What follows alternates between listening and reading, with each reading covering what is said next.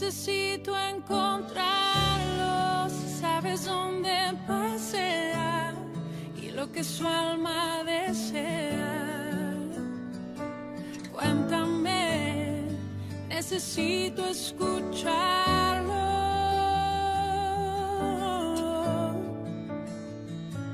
No estará en un hermoso lugar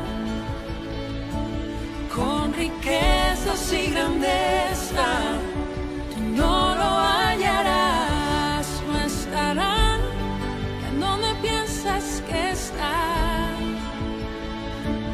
donde menos lo imaginas, allí lo encontrarás.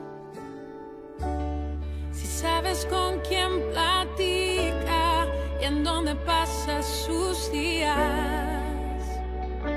llévame, necesito encontrarlo. Si sabes con quién comparte el pan y el vino en la tarde, cuéntame, necesito escucharlo.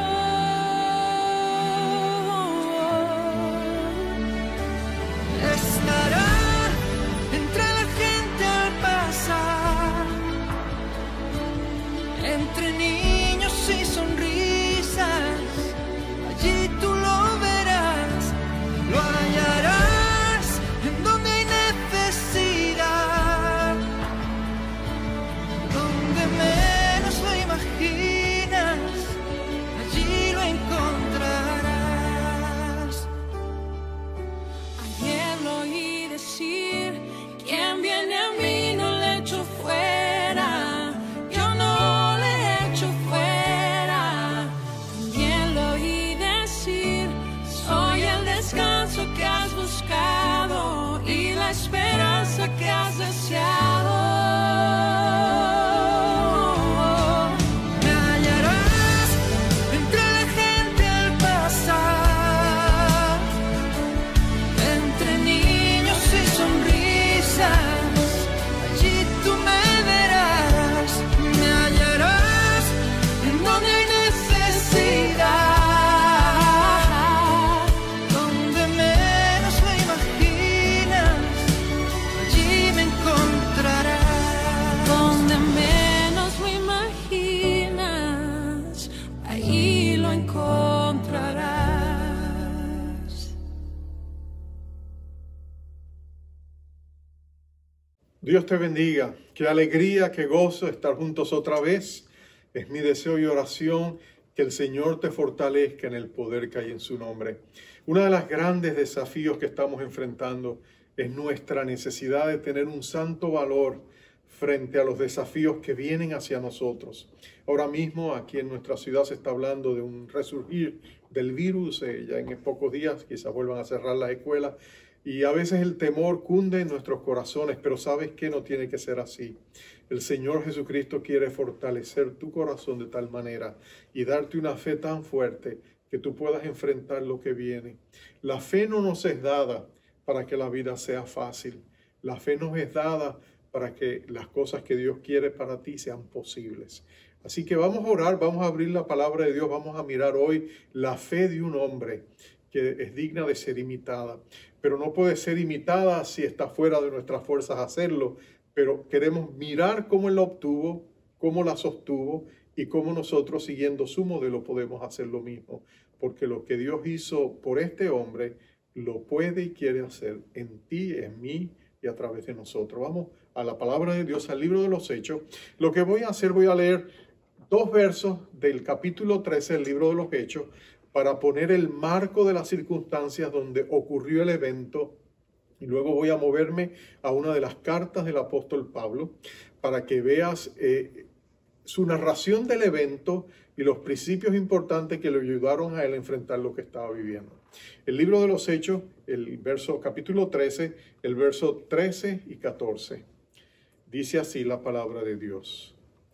Habiendo zarpado de Pafos, Pablo y sus compañeros arribaron a Perge de Panfilia, pero Juan, apartándose de ellos, volvió a Jerusalén. Ellos, pasando de Perge, llegaron a Antioquía de Pisidia y entraron en la sinagoga un día de reposo y se sentaron allí. Mira las circunstancias. Pablo sale de Chipre, donde había tenido un ministerio muy efectivo, y ahora llega a la provincia de Panfilia, al puerto de Perga, y ahí es donde vamos a ver lo que está sucediendo. Pero mira el evento que va a suceder en la vida de Pablo en este instante, que va a cambiar no solamente su vida, va a cambiar su ministerio, y lo va a hacer a él un conquistador en medio de grandes adversidades. Y quisiera llevarte a 2 de Corintios capítulo 12 y quisiera leerte del verso 7 hasta el verso 10. 2 de Corintios 12, 7 al 10. Pablo está hablando de un encuentro sobrenatural que tuvo con el Señor, donde fue transportado al tercer cielo y vio cosas demasiado sublimes para poderlas hablar. Y entonces él te dice la circunstancia en que se dio esa gran revelación. Y allí dice: y para que la grandeza de las revelaciones no me exaltase desmedidamente, me fue dado un aguijón en mi carne, un mensajero de Satanás que me abofetee, para que no me enaltezca sobremanera. Respecto a lo cual 3 veces he rogado al Señor que lo quite de mí, y me ha dicho: bástate mi gracia, porque mi poder se perfecciona en la debilidad.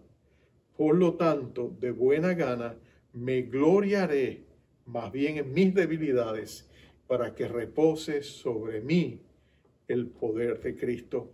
Por lo cual, por amor a Cristo, me gozo en las debilidades, en afrentas, en necesidades, en persecuciones, en angustias, porque cuando soy débil, entonces soy fuerte. Vamos a orar. Padre amado, nosotros conocemos la debilidad de Pablo. Ayúdanos a cambiar nuestra manera de pensar, nuestra actitud y nuestra mentalidad, para que lo que tú le diste a Pablo, la fortaleza que vino de tu espíritu para enfrentar los desafíos que estaban por delante, algunos de ellos que requeriría fuerza sobrehumana, por decirlo así, que igualmente nosotros también, tomados de tu mano, empoderados por tu espíritu, con la fuerza y el poder que nuestro Rey Jesús nos da, podamos enfrentar los desafíos que tenemos delante de nosotros. Te pedimos todo esto en el nombre glorioso de nuestro Rey Jesús. Amén. Amén. Vivimos en tiempos que requieren gran valor, que requieren gran fe. La pregunta no es si la tenemos o no. Sabemos que no la tenemos, no lo suficiente para enfrentar todo lo que viene hacia nosotros, pero la pregunta es dónde lo conseguimos, cómo lo conseguimos. La vida del almirante James Stockdale es interesante y nos revela algo de él que es demostrado en la vida del apóstol Pablo. El almirante Stockdale fue un prisionero de guerra. Fue posiblemente uno de los hombres de más alto rango que cayó en las manos de los vietnamitas en la guerra, comunistas en la guerra de Vietnam. Él fue llevado a un lugar, un campo de detenimiento donde sufrió increíbles torturas, increíbles abusos, donde todos los días no sabía si iba a vivir el otro día. Y él estuvo allí 7 años y medio, lo que parecería para muchos una eternidad.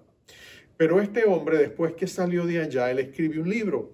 Y en el libro escribió el principio que a él le permitió sobrevivir e inclusive salir avante frente a los grandes desafíos de la vida. Se conoce hoy, su principio se conoce como la paradoja de Stockdale.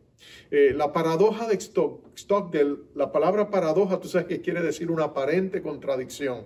Son 2 cosas que no deberían estar en la misma página porque parecen contradecirse, pero que de alguna u otra manera terminan complementándose y acomodándose en el mismo lugar. Y la paradoja de Stockdale te la explico en sus propias palabras.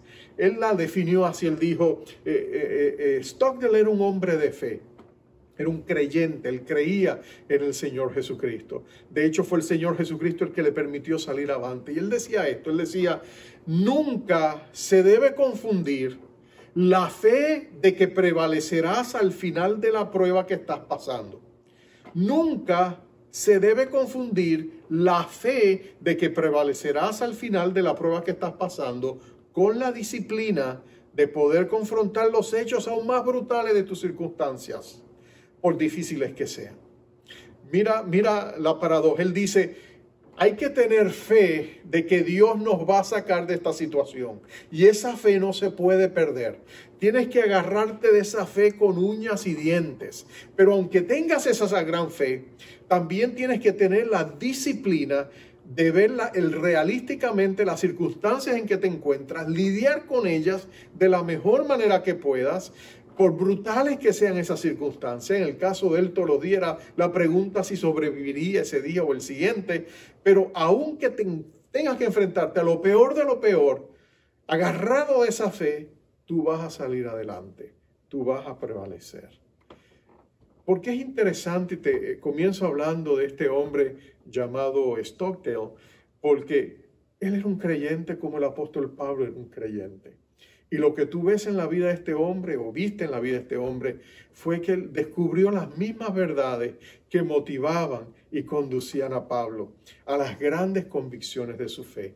Tú y yo leemos la palabra de Dios, leemos las cartas del apóstol Pablo, leemos el libro de los Hechos, donde se narra mucha de su historia, y tú y yo salimos convencidos de las grandes declaraciones de Pablo. No eran meramente lindas citas que a nosotros nos gusta citar, como todo lo puedo en Cristo que me fortalece. Para mí el vivir es Cristo, morir es ganancia. O mi Dios pues suplirá todo lo que nos hace falta conforme a sus abundantes riquezas en gloria. O tantas y otras de las grandes citas del apóstol Pablo, sin entender de que esas declaraciones fueron forjadas en el crisol de la prueba, en el fuego de la lucha, de la batalla espiritual. Ahí fue que él llegó a alcanzar y a querer estas convicciones, y en esos hornos humeantes, por decirlo así, fue que él llegó a desarrollar la fe que le permitió salir avante aún ante las pruebas más adversas que le enfrentó. Cuando tú lees la vida de Pablo, cuando tú estudias la vida de Pablo, tú sabes que el ministerio de Pablo duró unos 35 años, desde el 33 de la era cristiana hasta el 68, cuando es decapitado en Roma por orden de Nerón. 35 años de ministerio. 3 veces estuvo preso. Y no importa lo que Pablo pasara, cuando tú ves la lista de las cosas que él pasó, tú dices, este hombre parece un superhéroe. ¿Cómo puede una persona enfrentar tantas cosas? Mira, en 2 Corintios 11 él te describe algunas de las pruebas que él pasó. Déjame leértelas rápidamente para que tú digas, wow, este hombre sí que pasó por tantas adversidades. Dice, hablando de aquellos que lo criticaban, que se llamaban superapóstoles, Pablo dice, pues mira mis credenciales. Y él le dice, son ministros de Cristo, yo más. En trabajo más abundante, en azotes sin número, en cárceles más, en peligro de muertes muchas veces. De los judíos 5 veces he recibido 40 azotes menos 1. 3 veces he sido azotado con varas, 1 vez apedreado. 3 veces he padecido naufragio, 1 noche y 1 día en alta mar. En caminos muchas veces, en peligros de río, peligros de ladrones, peligros de los de la nación, peligros de los gentiles, peligros en la ciudad, peligros en el desierto, peligros en el mar, peligros ante falsos hermanos, en trabajo, en fatiga, en muchos desvelos, en hambre, sed, en muchos ayunos, en frío, en desnudez. Cuando tú ves toda esa lista, tú dices, wow, qué tremendo este hombre de Dios. Cuán difícil fue su trayectoria. Y lo que tú y yo tenemos que preguntarnos es, ¿cómo es posible que él pudiera, qué le fortalecía, qué le ayudaba, cómo él lo podía hacer? Cuando nosotros muchas veces nos abrumamos, a veces con las pruebas comparadas a esas, muchas veces parecen triviales, ¿no es cierto? Y lo que tú y yo tenemos que darnos cuenta es que algo pasó en la vida de Pablo que cambió su trayectoria y cambió su parecer y cambió su mentalidad, cambió su actitud ante la vida cuando él tuvo un encuentro con Jesucristo que lo transformó radicalmente. Mira lo que ha pasado. Pablo ha salido de Chipre, donde ha tenido un ministerio exitoso. Allá Sergio Paulo, el procónsul de toda la isla de Chipre, se ha convertido. Tuvieron un encuentro contra las fuerzas del mal y este falso profeta y por decirlo así, brujo llamado Bar Jesús o Elimás, el habilidoso, de pronto quedó ciego porque Pablo usó la autoridad del Señor Jesucristo para quitarlo a él, que era un estorbo para que este procónsul se convirtiera. Ellos salen victoriosos, se montan en un barco, cruzan el Mediterráneo y llegan precisamente hasta Perge, que es el puerto capital de Panfilia. Y ahí Pablo tiene un vasto ministerio abierto en la costa, ciudades, montones de lugares donde visitar. Pero algo sucede. Historiadores como William Ramsey y William Barclay nos dicen que algo sucedió aquí, porque cuando Pablo escribe en su carta a los Gálatas, él llega a ellos enfermo. Entonces, desde la llegada al puerto hasta llegar a Antioquía de Pisidia, que era la capital de esta provincia de Galacia, y todas las otras ciudades que él va a visitar, donde va a plantar iglesias, las iglesias de Galacia, en Iconio, en Listra, en Derbe, en todos esos lugares, incluyendo Antioquía de Pisidia. Cuando él llega, antes de llegar hasta ellos, algo pasa, que Pablo se enferma. Y lo que algunos sugieren es que es ahí donde Pablo sufre, porque todo encaja cronológicamente. 14 años es el mismo punto desde donde él más tarde va a escribir la carta a los Corintios que está escribiendo ahora. Todo coincide para poner a Pablo en este lugar, y aparentemente es ahí donde Pablo es atacado por el enemigo. Él tiene una revelación celestial y de pronto el enemigo lo ataca. Y un mensajero de Satanás crea un aguijón en su carne. Literalmente la palabra que se traduce aguijón es la palabra que significa estaca. Es como si a él le enterraran una estaca. Le pusieran ese aguijón, y es tan doloroso que 3 veces Pablo le va a pedir al Señor que se lo quite. Porque Pablo tiene un ministerio.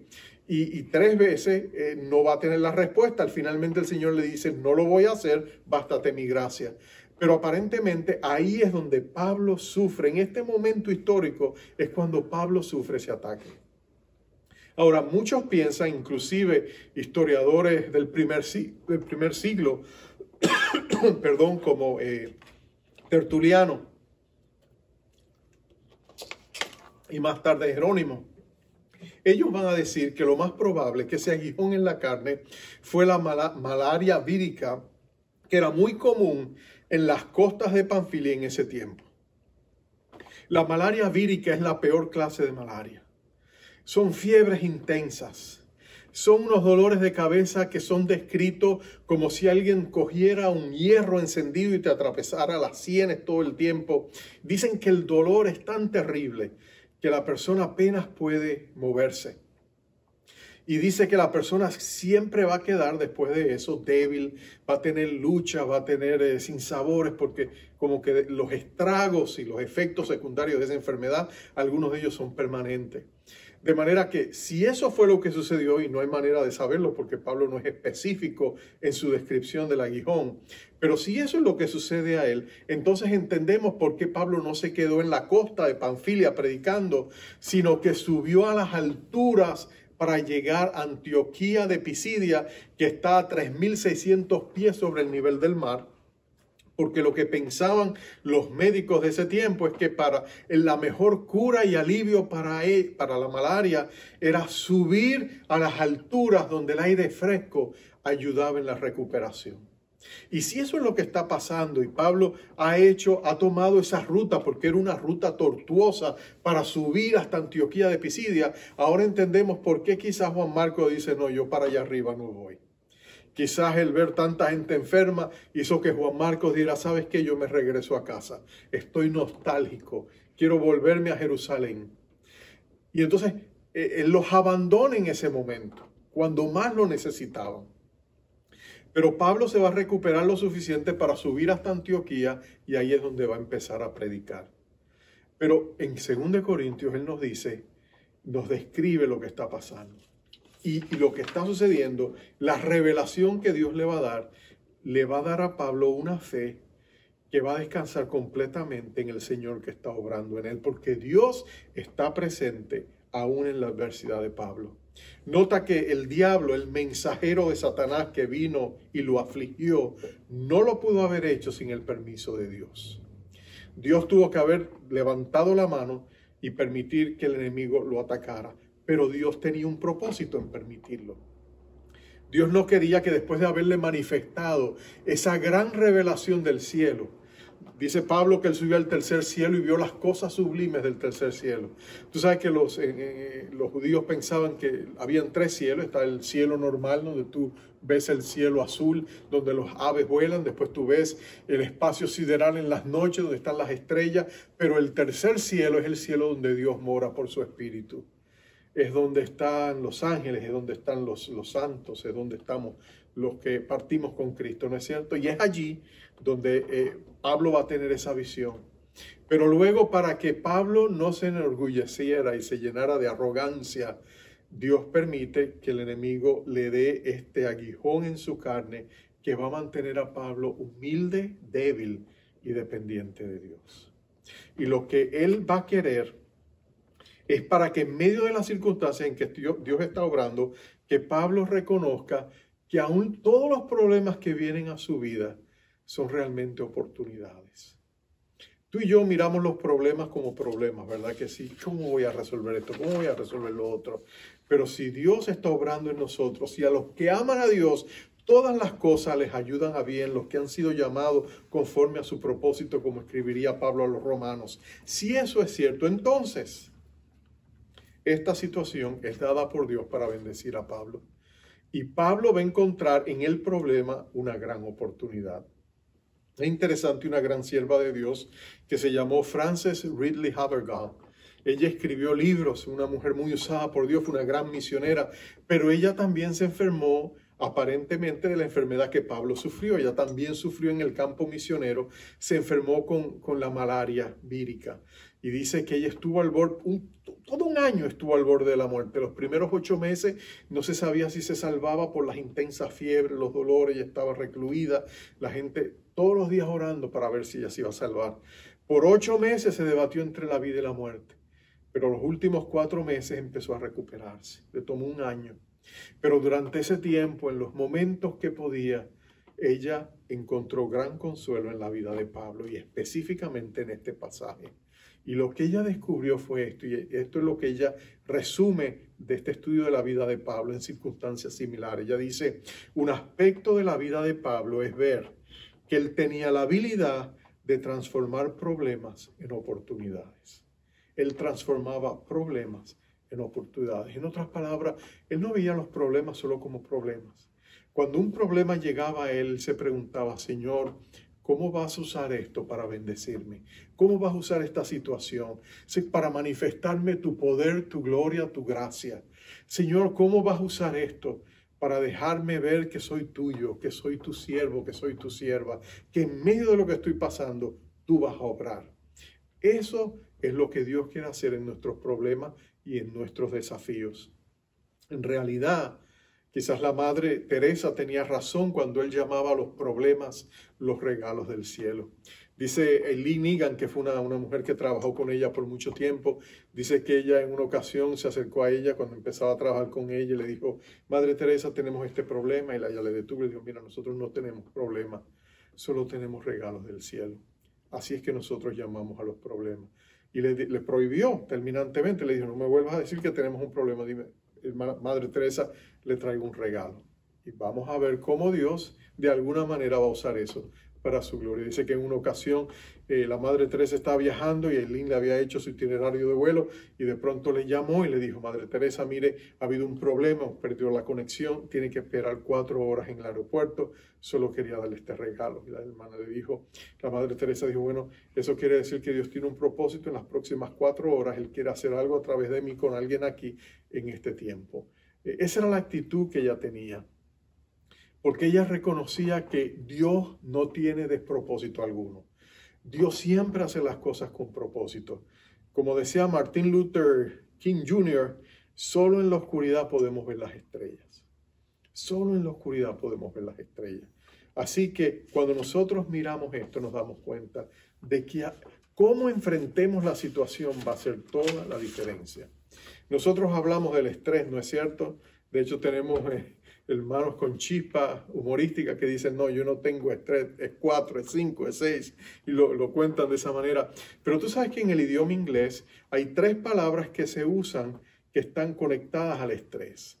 Te las voy a decir en Spanglish, por decirlo así. La primera es eustrés, eustress, y eso significa, no le llaman, el estrés ellos piensan que es neutro.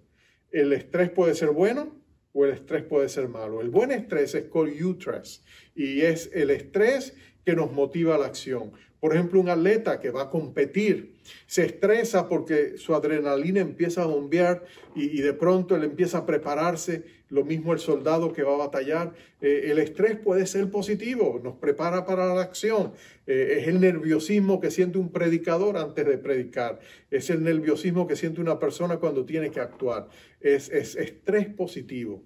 Por supuesto, en inglés también se tiene una palabra cuando el estrés se torna negativo y le llaman distress. Distress es cuando en vez de ser positivo nos carga, nos abruma, sentimos el peso, nos drena. Es el estrés negativo. Bueno, lo que nos está diciendo aquí es que en vez de estresarnos sobre cosas que no tenemos control, cuando reconocemos que Dios está en control y nos sometemos a Él, entonces vemos la diferencia. Pablo hizo lo que tenía que hacer. Él llevó su problema directamente al Señor. Señor, quítame esta enfermedad. Señor, tú me diste un llamado. Yo tengo que ir y llevar tu evangelio. Señor, no lo puedo hacer enfermo. Señor, levántame, sáname. Hay poder en el nombre del Señor Jesucristo. Hay poder en la cruz del Calvario. Hay poder en su sangre. Señor, sáname. Pero nota que no sucede. De pronto él ora una segunda vez. Señor, por favor, levántame, sáname, yo creo. Y silencio, no pasa nada. Él lo vuelve a llevar al Señor una tercera vez. Ahora, es interesante que para un judío, cuando dicen que había orado 3 veces, a veces lo que se implica es que había estado orando continuamente. O sea, parece que Pablo está todo el tiempo orando incesantemente, Señor, quítame esto en el nombre de Jesús. Pero en esta tercera vez, llega un punto en las veces que él está orando donde Jesús le contesta. Él escucha la voz interna del Espíritu Santo. ¿Y qué le dice? Le dice, sí, te lo voy a hacer. No, le dice, no.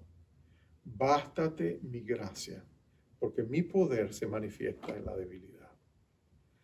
En otras palabras, Pablo estaba usando la fe como un arma. Y el Señor Jesucristo lo va a afirmar. El Señor Jesucristo le va a decir, mira, yo estoy en esto. He decidido darte la fortaleza que tú necesitas. Pero para darte la fortaleza mía, tengo que quitarte la tuya. Tienes que aceptar tu debilidad para recibir mi fortaleza. Lo que Jesús le está dando es una vía de escape. Lo que Jesús le está dando son buenas nuevas. Jesús no le está diciendo, no te voy a ayudar. Jesús le está diciendo, así te voy a ayudar. Si tú y yo descubrimos que la fe puede ser usada como un arma, que en los problemas de dificultades, tú y yo podemos decirle al Señor, Señor, yo creo que tú tienes todo el poder, tú puedes hacer todas las cosas, pero no te voy a decir a ti cómo tienes que resolverlo. Voy a aceptar cómo tú lo resuelvas. Quizás no sea como yo espero, pero va a ser como tú quieres. Y Dios, que es soberano, que sabe todas las cosas, te va a sorprender muchas veces cuando Él te va a decir, mira, sabes que yo tengo una mejor idea. Tú y yo a veces pensamos que la única manera de superar los obstáculos es yendo a través de ellos, derrotándolos, enfrentándoles, cayéndole a marronazos, como decimos nosotros, hasta que la pared se cae. Pero a veces el Señor te dice, no, no lo voy a hacer así. Te voy a saltar sobre el problema. O no, tienes que cavar y pasar por debajo del problema. O no, tienes que moverte más adelante y entrar por una puerta en la pared. Dios puede mostrarte cómo lo va a hacer. Él tiene el derecho soberano de hacerlo. Como tú quieres que Él lo haga, no siempre será como tú quieres. Pero en todas las circunstancias en que tú y yo nos encontremos, Dios se quiere glorificar. Y tú y yo tenemos que usar la fe como un arma. Y decirle, Señor, yo estoy conectado a ti, yo creo en ti. Entonces que Pablo estuvo 3 veces preso. Un hombre que tenía un ministerio tan efectivo. ¿Cómo es posible que estuviera preso? Él no es alguien que tú quieres encerrar. Eso es alguien que tú quieres soltar. Eso es alguien, o sea, si tú quieres defender al león, suéltalo. Deja que el león salga y se defienda él mismo. ¿Quién puede hacerle frente al león? Pero mira, Dios otra vez está en la circunstancia. Y 3 veces Pedro termina preso. Pero mira lo que pasa durante cada uno de esos tiempos de prisión. Número 1, sus captores vinieron a Jesucristo, fueron evangelizados. 2, sus colegas fueron animados al verlo a él perseverar en medio de la prisión. Tercero, los críticos fueron expuestos. Y finalmente Cristo fue exaltado. Por eso cuando Pablo escribe aquella carta del gozo desde la prisión de Roma a los hermanos que estaban en Filipos, a los filipenses, él les habla del gozo, regocijaos otra vez, pero allí él se describe a sí mismo no como prisionero de los romanos, sino como prisionero de Jesucristo. Porque él sabía que en el momento que el Señor quisiera lo podía sacar de la prisión así de rápido. Él sabía que Dios estaba en control. En medio de lo que estamos enfrentando, y lo que hemos enfrentado en todo este año, en medio del COVID, en medio del aislamiento, la confinación que hemos vivido, en medio de las pruebas, en medio de la enfermedad, en medio de la inseguridad del trabajo, en medio de todo lo que puede estar sucediendo, el Señor ha estado con nosotros. Y el Señor nos ha dicho, no temas, yo estoy en control de tu presente y de tu porvenir, tú eres mío. Estás en el hueco de mi mano, yo soy tu buen pastor. Nadie te podrá hacer frente todos los días de tu vida, yo estoy contigo. Si eso es cierto, entonces nosotros tenemos que reconocer que la fe es el arma más importante que nosotros tenemos. Cuando le decimos a Dios, Señor, yo confío en ti, no entiendo, pero yo confío en ti. En medio de la incertidumbre, en medio de los problemas, en medio de los desafíos, Señor, yo en ti confío. Tú eres mi Dios. Y en vez de rendirnos ante el temor y sentirnos impotentes, le decimos, yo estoy en las manos de un Dios todopoderoso que me tiene guardado, que me tiene protegido, que me tiene provisto, que me tiene preparándome para lo que está por venir. Porque la parte más importante de la fe es la paciencia. Y a veces en la paciencia Dios trabaja en nosotros. Finalmente, la suficiencia de la gracia está presente. Nota que Jesús le dijo, bástate mi gracia. Bástate mi gracia, es suficiente. Es suficiente. En vez de seguir buscando más, recíbela, disfrútala. Necesitas paciencia para pasar esta prueba, ya la tienes. Mi gracia es suficiente. Necesitas valor, tranquilo, ya está aquí. El Señor te lo está dando. Todo lo que tú necesitas para pasar la prueba que estés pasando, ya te ha sido provista. El Señor Jesucristo mismo te ha dado suficiente gracia, abundante gracia, para que tú puedas salir adelante. El almirante Stockdale, de quien comencé hablando, estaba en este lugar donde ponían a los prisioneros, un campo de concentración. Pero ellos tenían una chispa humorística. Los soldados le llamaban el Hanoi Hilton.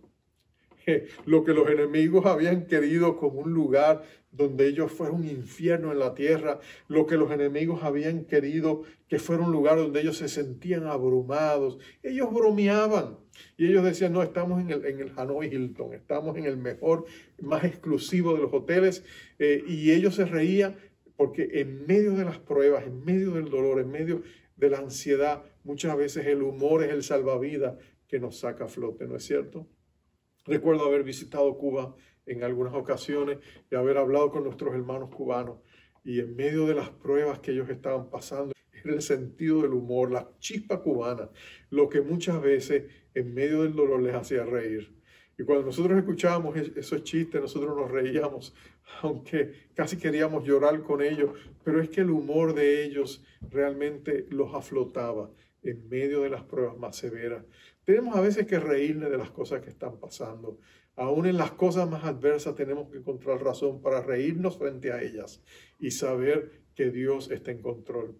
Me acuerdo del Salmo 2, donde dice que todos los reyes del mundo se conspiran y se reúnen y vienen contra Dios. Imagínate todos los gobernantes del mundo en una agenda combinada, con todos los recursos vastos de sus naciones, con sus vastos ejércitos, con sus recursos tecnológicos, con todo lo que ellos pudieran venir.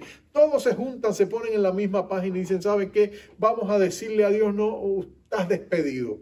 No queremos nada que ver contigo. Queremos quitarnos todas las restricciones morales que tú nos das. Queremos hacer lo que queremos hacer y tú no te puedes meter con nosotros. ¿Y qué hace Dios en el cielo cuando contempla todo esto? Dice que Dios se ríe. Dios se ríe. ¿Por qué se ríe Dios? Porque Dios dice, qué tontos son los hombres si piensan que pueden pelearse conmigo. Mi decreto está hecho, mi voluntad está hecho. Yo he escogido a mi hijo para que sea el rey de la tierra. Y por más que ellos se peleen, no pueden venir contra la agenda que yo he diseñado. Así que, si eso es así, nosotros también tenemos que descubrir el valor del humor. Y tenemos que reírnos aún en nuestras circunstancias. Y Pablo sabía eso. Pablo tiene que haber sido un hombre lleno de entusiasmo, de alegría, de gozo. Cuando estaban con Pablo, la gente se gozaba. El gozo del Señor era su fortaleza, porque él sabía que Dios estaba con él y él podía enfrentarlo todo. El secreto de la fe de Pablo no es su gran poder, no es su gran unción, no es el hecho de que él tiene una gran fe. El secreto del poder de Pablo está en su debilidad. Él sabía que tenía que depender de Dios frente a todo lo que venía en su contra. Y él podía mirar al peligro, podía mirar los ataques enemigos, podía ver lo que el diablo estaba haciendo. Y en vez de dejarse abrumar por las circunstancias, él se reía y decía, sí, pero mi Dios está en control. Está en control. Hasta el último instante, cuando aquella espada se levantó sobre su cuello, seguramente Pablo sonrió y dijo, Señor, gloria a Dios, voy a estar contigo, porque para mí el vivir es Cristo y el morir es ganancia. Tú y yo podemos tener esa misma fe, pero tenemos que reconocer nuestra debilidad. Tú y yo podemos enfrentar las circunstancias que vienen contra nosotros, pero no tenemos que ser derrotados por ellas. Podemos levantarnos y decir, soy más que vencedor por medio de aquel que me ha amado, mi Señor Jesucristo. Vamos a orar y vamos a pedirle a Dios ese poder y esa fresca unción. Que Él nos llene de esa fe que no solamente mueve montañas, esa fe que permite que nosotros podamos decir, cuando somos débiles, fuerte soy. Oremos. Señor, en estos días, algunos de nosotros quizás nos hemos sentido como Josué. Josué frente a ese río Jordán acrecentado, en necesidad de cruzarlo para entrar a esa tierra prometida por segunda ocasión, con ciudades fortificadas que parecían inexpugnables, con ejércitos mucho más numerosos que el de ellos, mejor entrenados y mejor equipados. Y ellos con nada que mostrar excepto la fe que tú les habías dado. Y Señor, podemos vernos como aquel pequeño David frente a aquel enorme gigante, veterano de combates, adiestrado para la guerra, poderoso en batalla. Oh Señor, y sentirnos también como David, ¿cómo podríamos hacerle frente a este gigante?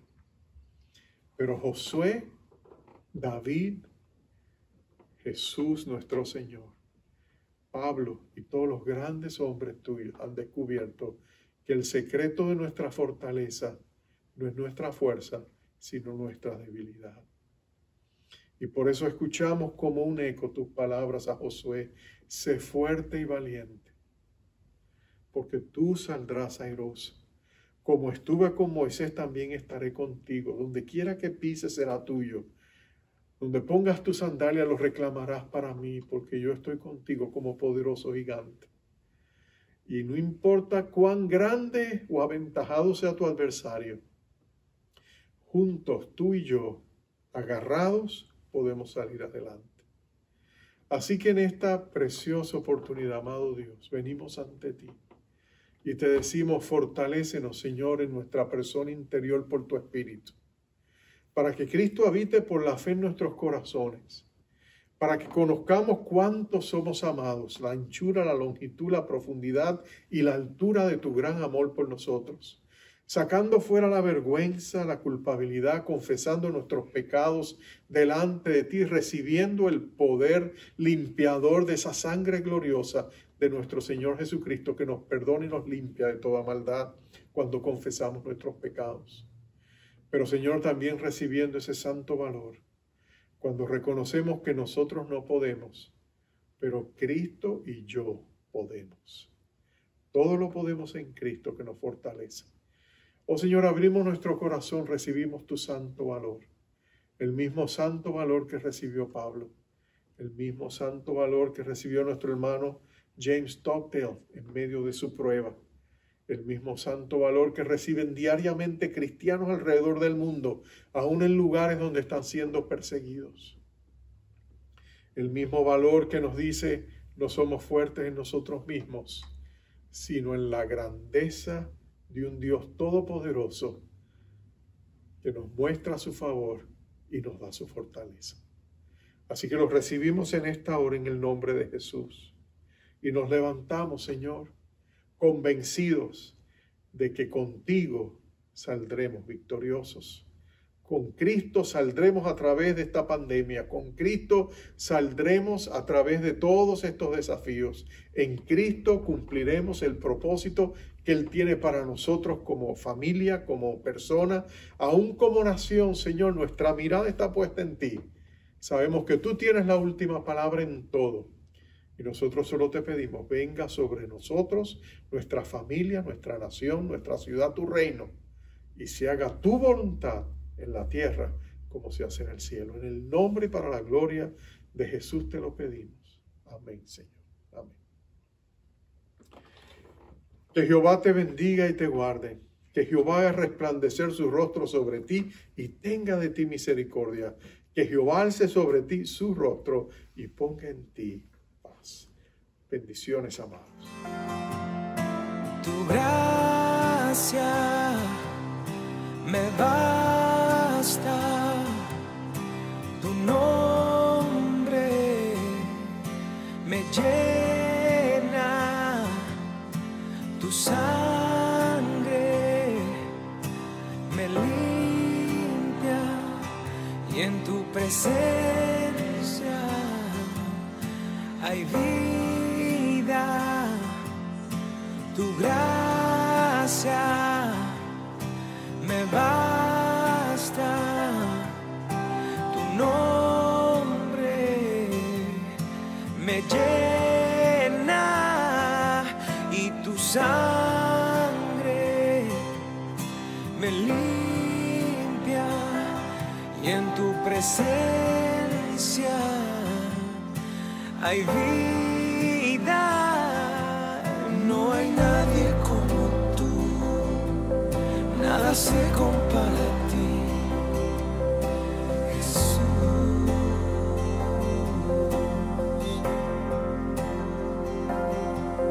Tú me abrazas con tu amor y me llenas de tu paz, Jesús.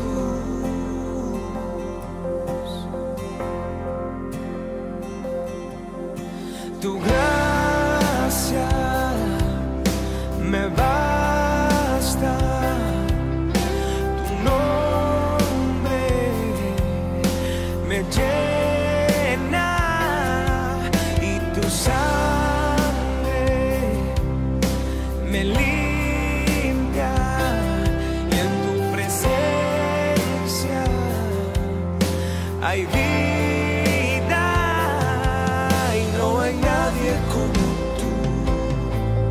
Nada se compara a ti, Jesús, mi Rey.